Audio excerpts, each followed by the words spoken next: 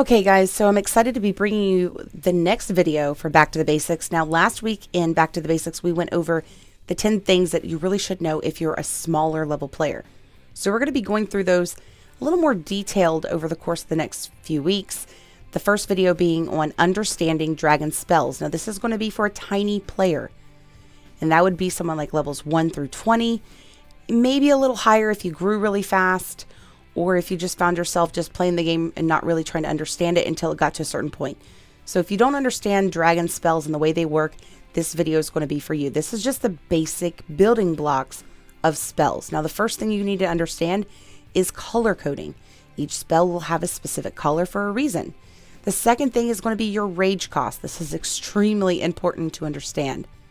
And then, of course, third thing is the spell's benefits, what they're going to bring. So let's go over color coding first. Why is color coding so important? These are going to be what deciphers, the strength of your dragon, the thing that you bring to the table with that dragon. Now, the thing is, the opponent may have something that prevents you from utilizing them. So, for example, with Ember, if we look at Ember really quickly, he has a cloak spell that's blue, and a red Death Gaze, which is a red spell. Where with Cavalierus, he's got, for example, this white spell, Arcane Aegis, and these are going to be color-coded spells that you really need to pay attention to before you're going into a base. We'll go over why in just a second. Now, there's also one last one, and that is, of course, going to be like your yellow spells. Now, your yellow spells are generally going to be something that are automatically put on your dragon. These are passive skills. Let's go ahead and see if I can't find one here that we can use it as a great example. Ryu. This is something you guys will see pretty often throughout your entire gaming. And on the right hand side, you're going to see Ballista Resist. This is a passive spell that adds a resist in there. So really understand what this is, because if you don't understand the color coding, you're really not going to take full advantage of your spell sets. Now let's use this first base for example. Now if you'll notice in the center, there's red mage towers here. And then on the last two islands, there are going to be blue mage towers.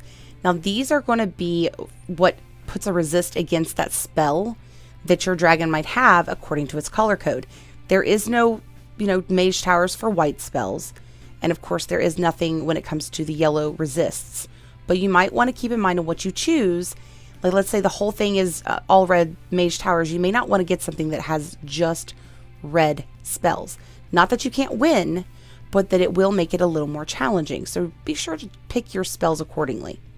Now the next thing is rage cost. Rage cost is a very important thing to understand, because this is going to decipher how often you can use a spell and how soon. Because if you don't have the rage, you can't utilize a spell. Now the first thing we're going to do, of course, to explain this the best way, is to go ahead and jump in on an attack. I think I'm going to go ahead and take an egg flak base so that we can better show you. Now the first I'm going to go in with Ember. And I want to show you over here on the left-hand side, you're going to see pop up a rage bar. And it's going to have 5 bars going all the way up, literally. All right, so see over here, it climbed up with orange. Now, if you're a beginning player, it may only climb up 1 bar with orange, and you have to wait for that to fill up. Now, if you'll notice, when I use my red mage or my cloak underneath, it's going to show you that it's going to cost me 1 rage to use that spell. Some spells might cost you even more. So just keep that in mind whenever you're doing your attacks. What spell are you going to have to use and what is it going to cost you? Now you can increase how much you start with by doing your research. Now you're going to notice on 4 here, his cloak actually has 0 spells, and 0 rage. And the one that I just utilized costs me 2 rage. And they can literally go up to the cost of 3 total rage bars in order to use that spell. So keep that in mind too when you're going out and doing your attacks.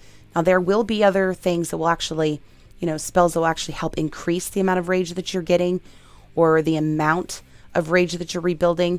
And then, of course, like I said, when you do research and so forth, you're going to be able to increase that as well. So we'll go over that on a later video, how you can better your spell sets or whatever later on down the road. So just keep that in mind when you're utilizing your dragons, that you're paying attention to how much that is going to cost you and how much rage you have. And then, of course, when we go over the defense end of the base, I'll explain to you how you can lose that rage as well. Okay, so the next thing is going to be your spell's benefits. This is the benefit that your dragon gains from each spell. Now, the first one is going to be dodge, then health, strength, resist, and lastly, boost. Now you can call these what you want, but this is the basics. Now, the first one, if you look at the spell on the right, this is the rejuvenate or regenerate spell, and this is going to rejuvenate your health every time you use it. So this is what you would call a health classified spell.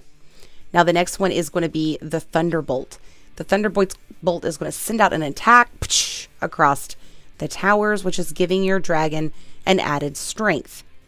Now this is what you would call a resist spell.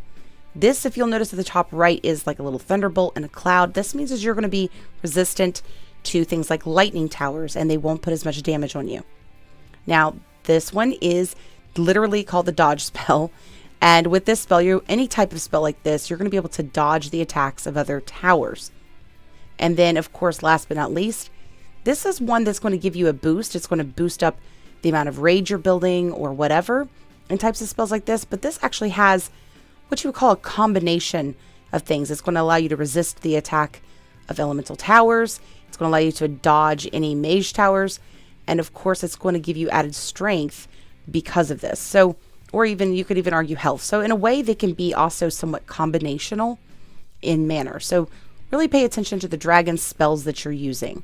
So with that being said, guys, if you understand what kind of benefit that spell is going to bring your dragon, what color coding they might fall under, so you know what to look for on a base. And then, of course, last but not least, how much rage it's going to take you to use that spell. Then that'll help you understand what dragons are best whenever, for example, they're bringing out new dragons in the seasons, or which ones you should choose per base. Like, because if you're going into a war, you may not want to pick your favorite dragon if that base is something that needs a specific dragon that you have in your roster. So always look at the base and see how these 3 key factors are going to make that base beatable for you. Okay, so on our next video, we're actually going to be going over the prioritizing of your breeding. This is going to be lower level flyers. This is going to be a pretty important aspect that I know a lot of your higher level players on your team really want you to understand. So I will see you guys on the next video. Bye.